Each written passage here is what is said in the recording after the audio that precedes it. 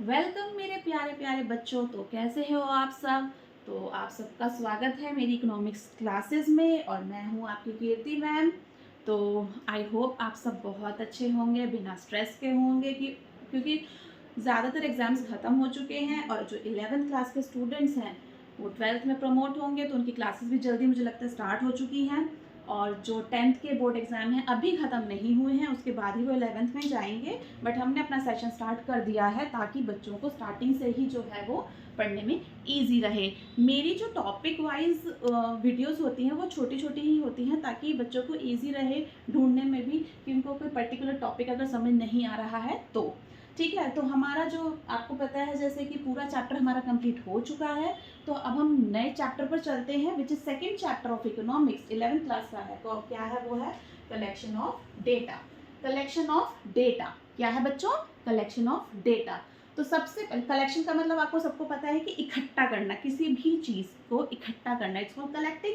But data क्या होता है? सबसे पहले आपको मीनिंग जानना है इसका। तो इस चैप्टर में आज की क्लास में हम इसका मीनिंग पढ़ेंगे और इसके सोर्सेज पढ़ेंगे। ठीक है, तो सबसे पहले हम पढ़ेंगे meaning of data. Basically data होता क्या है? तो data is collection of facts, numbers और इंफॉर्मेशन अबाउट समथिंग।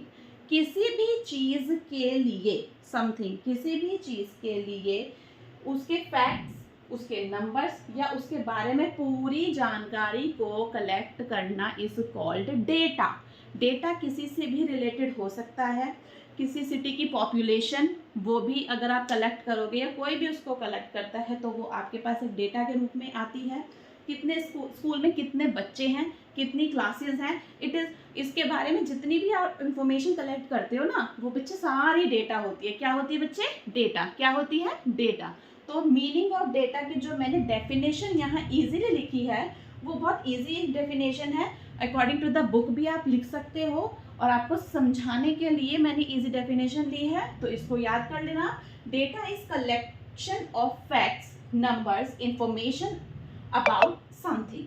ठीक है, तो ये हमारा डेटा का मीनिंग है। नेक्स्ट हमारा आता है बच्चे sources of data. Sources of data का क्या मतलब है अब हम ये देखेंगे। सोर्सेज ऑफ डेटा का मतलब होता है बच्चे कि डेटा को आप किन किन सोर्सेज से कलेक्ट कर सकते हो। ठीक है, किन किन सोर्सेज से कलेक्ट कर सकते हैं, तो इसमें बेटा टू आते हैं। टू फर्स्ट आता है हमारा प्राइमरी डेटा। फर्स्ट क्या आता है हमारा? प्राइमरी डेटा बच्चे। सेकंड आता है हमारा सेकेंडरी डेटा। ठीक है, तो बच्चे पहले हम सबसे पहले पढ़ेंगे प्राइमरी डेटा। प्राइमरी डेटा बच्चे नाम से ही पता लग रहा है हमें, प्राइम सबसे पहले। ओके, तो it is the original data collected directly by investigator for the first time. सबसे पहले ओरिजिनली, आजकल के बच्चे क्या बोलते हैं इसको? ओजी, है ना, ओरिजिनली को।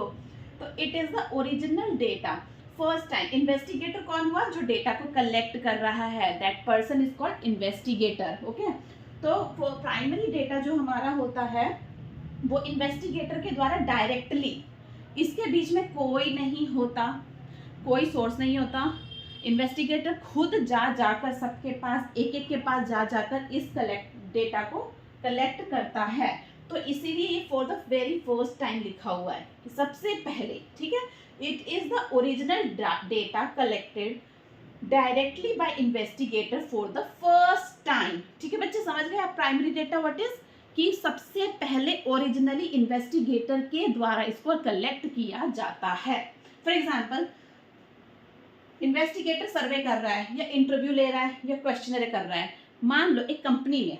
ठीक है बच्चे, समझो इस बात को। आप इंटरव्यू देने गए कंपनी में, कंपनी में छोड़ो, आप स्कूल जो है वो चेंज करते हो अगर, तो किसी भी स्कूल, दूसरे स्कूल में जाने के लिए आपको इंटरव्यू देना पड़ता है। ठीक है, तो उसमें आपको एक टीचर अपॉइंट कर दी जाती है कि वो आपका टेस्ट भी लेगी, आपका आईक्यू भी चेक करेगी, आपका बिहेवियर भी ऑब्जर्व करेगी, सब कुछ करेगी। तो वो जो टीचर हुई वो इन्वेस्टिगेटर हो गई और वो आपके बारे में डेटा कलेक्ट कर रही है by the interview, by taking the interview. ठीक है, तो यही होता है कि that is called the primary data. इसमें क्या होता है कि जो इन्वेस्टिगेटर की मेहनत बहुत लगती है, सबसे पहली बात ये टाइम कंज्यूमिंग बहुत ज़्यादा हो जाता है। क्यों? क्योंकि इसमें ये एक एक के पास जाके करता है, तो क्या है, टाइम बहुत ज़्यादा लगता है इसमें। ओके, फिर ये कॉस्टलियर भी होता है, इसमें पैसे ज़्यादा लगते हैं। क्यों? क्योंकि एक तो देखो, हर एक के पास पर्सनली जाके एक एक यूनिट के पास जाकर आप डेटा को कलेक्ट कर रहे हो, ठीक है, तो पैसे भी ज़्यादा लगेंगे क्योंकि ज़्यादा इन्वेस्टिगेटर हायर करने पड़ेंगे आपको, ठीक है। और मोर रियलाइबल वो इसीलिए होता है क्योंकि एक एक यूनिट के पास जाके पर्सनली वो डेटा को कलेक्ट कर रहे हैं। इसका मतलब कि वो क्वेश्चंस पर्सनली कर रहे हैं, उनका रिकॉर्ड पर्सनली रख रहे हैं एक एक का। उनको कोई वो नहीं है कि भाई जल्दबाजी नहीं है कि भाई हमने एक सर्वे कर लिया कि 40 में से 10 बच्चों का हमने ऐसे पूछ लिया तो ठीक है 30 बच्चों का भी आईक्यू जो है वो ऐसा होगा। नहीं, ऐसा नहीं होता बच्चे, ठीक है। तो इसीलिए ये मोर रियलाइबल है, इस पर हम ज़्यादा ट्रस्ट कर सकते हैं। तो ठीक है, तो प्राइमरी डेटा बच्चे क्या हो गया it is the original data collected directly by the investigator for the first time. For example में हमने पढ़ा सर्वे, इंटरव्यू, क्वेश्चंस, हम जो क्वेश्चन बनाते हैं उनके द्वारा भी हम पर्सनली जो डेटा है वो जो कलेक्ट कर सकते हैं, ठीक है ना। तो हमने मीनिंग ऑफ डेटा पढ़ा, प्राइमरी ऑफ डेटा पढ़ा। सेकेंड हमारा जो आता है वो आता है सेकेंडरी डेटा। क्या आता है बच्चे? Secondary data. सेकेंड हमारा क्या है बच्चे? Secondary data. सेकेंडरी डेटा हम पढ़ेंगे, पहले हमने प्राइमरी पढ़ा, अब हम सेकेंडरी डेटा पढ़ेंगे। सेकेंडरी डेटा क्या होता है? नाम से पता लग रहा है सेकेंड। इसमें जो इन्वेस्टिगेटर होता है वो किसी दूसरे सोर्सेज पर निर्भर होता है, ठीक है। तो secondary data that has been already been collected, ये ऑलरेडी आपका कलेक्ट हो चुका है। इसमें प्राइमरी कुछ नहीं होता, यूनिट्स के पास जाके डोर टू डोर जाके सर्वे करके डेटा को कलेक्ट नहीं किया जाता है। इसमें पहले से ही जो हमारे पास डेटा मौजूद होता है उसके आधार पर ही हम क्या करते हैं, रिपोर्ट को तैयार करते हैं। तो that is called secondary data. जैसे कोई गवर्नमेंट रिपोर्ट है, बुक्स हैं, इंटरनेट है, न्यूज़पेपर है। इंटरनेट आपको पता है कि गूगल आजकल सबकी जानकारी दे देता है। अगर आपको सोने का रेट पता करना है, गोल्ड का रेट पता करना है तो इंटरनेट में पहले ही पता होगा। लेकिन एक बात बता दूं, ये जो सेकेंडरी डेटा की जो भी हमारे पास कलेक्ट करते हैं ना हम, ये लेस रियलाइबल होता है। वो इसीलिए होता है क्योंकि ये जो जिसके मतलब जो भी आपके पास सोर्सेज है ना, इसके आधार पर जितने भी डेटा होते हैं वो वेरी करते रहते हैं टाइम टू टाइम। क्योंकि गोल्ड का रेट आपको पता है कि 2-3 दिन एक जैसा नहीं रहता, वो वेरी करता रहता है, इसलिए वो लेस रिलायबल है। मान लो आपने कल का गोल्ड का रेट के अकॉर्डिंग आपने कोई प्रोजेक्ट बनाया, ठीक है, लेकिन ज़रूरी नहीं है कि आज भी सेम गोल्ड का रेट होगा। तो क्या हुआ, आपका प्रोजेक्ट बेकार हो गया। तो वो लेस रियलाइबल होता है, हम इस पर रिलाई ज़्यादा नहीं कर सकते हैं।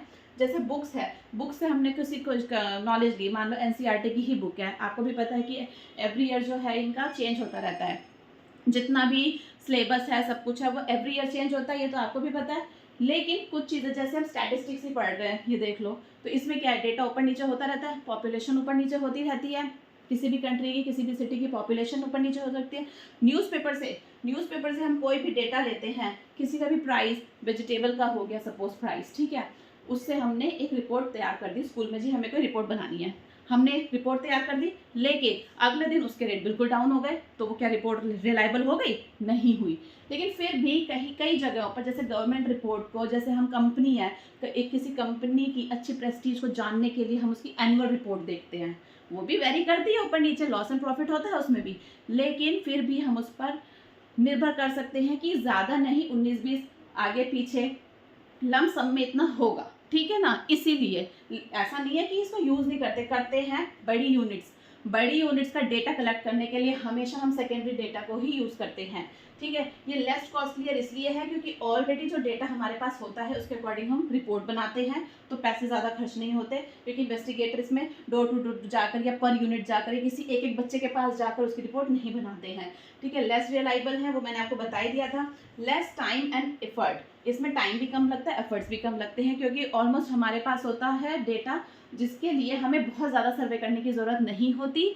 क्योंकि एक तो ये गवर्नमेंट अप्रूव्ड होते हैं, कोई भी आप रिपोर्ट देख लो, अगर उस पर स्टैंप लगी है कहीं की भी, तो वो दैट मीन्स अप्रूव्ड है। तो हमारे मन में भी यही चीज़ आती है कि जो गवर्नमेंट ने अप्रूव कर रखा है इसका मतलब वो सही होगा। किसी भी कंपनी का फॉर एग्जाम्पल एक टीचर है, ठीक है, उसने 40 बच्चों के 40 स्टूडेंट्स के उन्होंने क्या करना है कि सर्वे डेटा कलेक्ट करना है कि इंग्लिश में मार्क्स कितने थे, फाइन, तो या उनकी एज कितनी है। अब 40 स्टूडेंट्स एक पूरी क्लास के आगे पीछे के, कोई 10 साल का होगा तो कोई 9 साल का हो जाएगा, 15 या 16 साल का तो कोई नहीं होगा। तो वो एक बेस पर 10 बच्चों की एज को लिखकर और जो नेक्स्ट 30 बच्चे हैं, स्टूडेंट्स हैं, उनकी वो एवरेज निकाल लेंगी कि भाई आसपास नियर बाय रही होगी। तो that is called the secondary data. तो बच्चों आज हमने पढ़ा था सबसे पहले meaning of data, primary data, sources of data में primary data and secondary data. इसमें अगर आपको कोई भी किसी भी तरीके की कोई प्रॉब्लम आती है तो प्लीज़ मेरे कमेंट सेक्शन में जाके ज़रूर लिखिएगा। I am waiting for this. और प्लीज़ मेरे चैनल को सब्सक्राइब कीजिए, लाइक कीजिए, शेयर कीजिए, ताकि मैं आपको और वीडियोज़ आप मेरी देख सको और ये आपके लिए काफ़ी बहुत हेल्पफुल होंगी। आप एक बार ज़रूर इनसे पढ़ के देखिएगा। तब तक के लिए बाय बाय।